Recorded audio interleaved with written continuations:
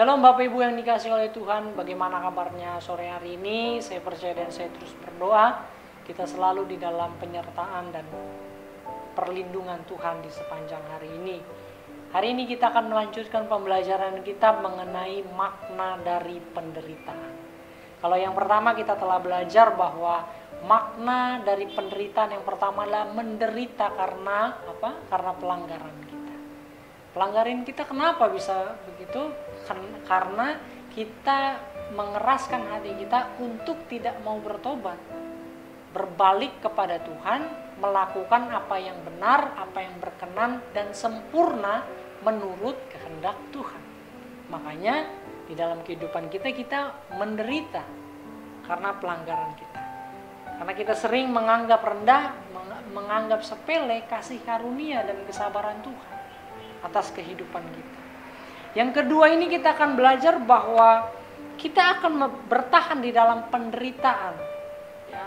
Bagaimana kita bertahan di dalam penderitaan? Yang kedua, makna dari penderitaan adalah menderita karena iman. Saya akan membacanya di dalam surat Rasul Paulus yang kedua kepada jemaat Korintus pada pasal yang ke-6 ayat yang ke-4 sampai yang ke-10. Demikianlah firman Tuhan. Sebaliknya, dalam segala hal kami menunjukkan bahwa kami adalah pelayan Allah, yaitu dalam menahan dengan penuh kesabaran, dalam penderitaan, kesesakan, dan kesukaran, dalam menanggung dera, dalam penjara dan kerusuhan, dalam berjerih payah, dalam berjaga-jaga dan berpuasa, dalam kemurnian hati, pengetahuan, kesabaran, dan kemurahan hati, dalam Roh Kudus dan kasih yang tidak munafik, dalam pemberitaan kebenaran dan kekuasaan Allah, dengan menggunakan senjata-senjata keadilan untuk menyerang ataupun untuk membela, ketika dihormati dan ketika dihina, ketika diumpat atau ketika dipuji, ketika dianggap sebagai penipu namun dipercayai, sebagai orang yang tidak dikenal namun terkenal, sebagai orang yang nyaris mati dan sungguh kami hidup, sebagai orang yang dihajar namun tidak mati, sebagai orang berduka cita namun senantiasa bersuka cita, sebagai orang miskin namun memperkaya banyak orang, sebagai orang tak bermilik sekalipun kami memiliki segala sesuatu. Demikianlah firman Tuhan. Bapak Ibu yang dikasihi oleh Tuhan, Rasul Paulus di dalam pelayanannya, di dalam berbagai daerah yang dia kunjungi, kerap kali mengalami yang namanya penderitaan, kesusahan, bahkan maut. Dia menghadapinya.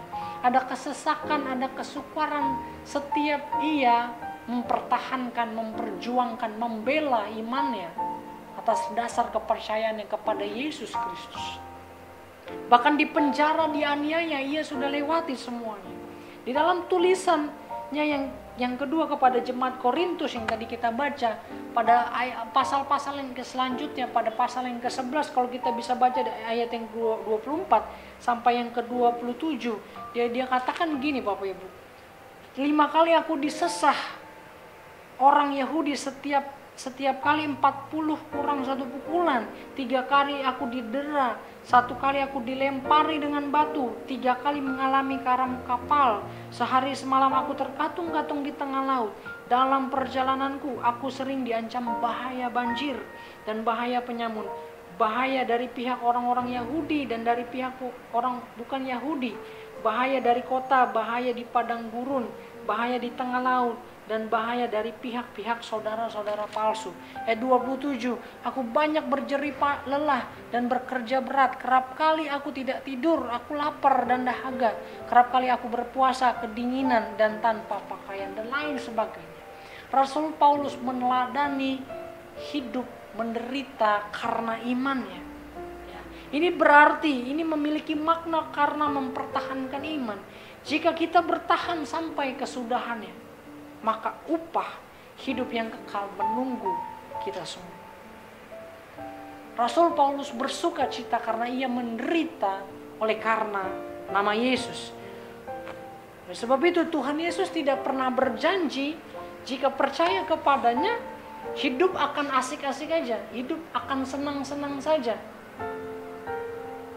tanpa masalah. Tuhan Yesus tidak pernah berjanji demikian. Justru di dalam masalah Tuhan selalu menyertai kita. Itu janjinya, aku akan menyertai engkau sampai kepada kesudahan semua.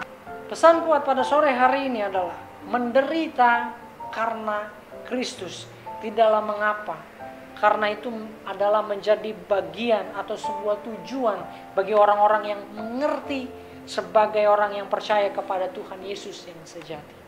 Berbahagialah kita yang saat ini atau yang setelah merasakannya, mungkin saat ini menderita oleh karena nama Yesus.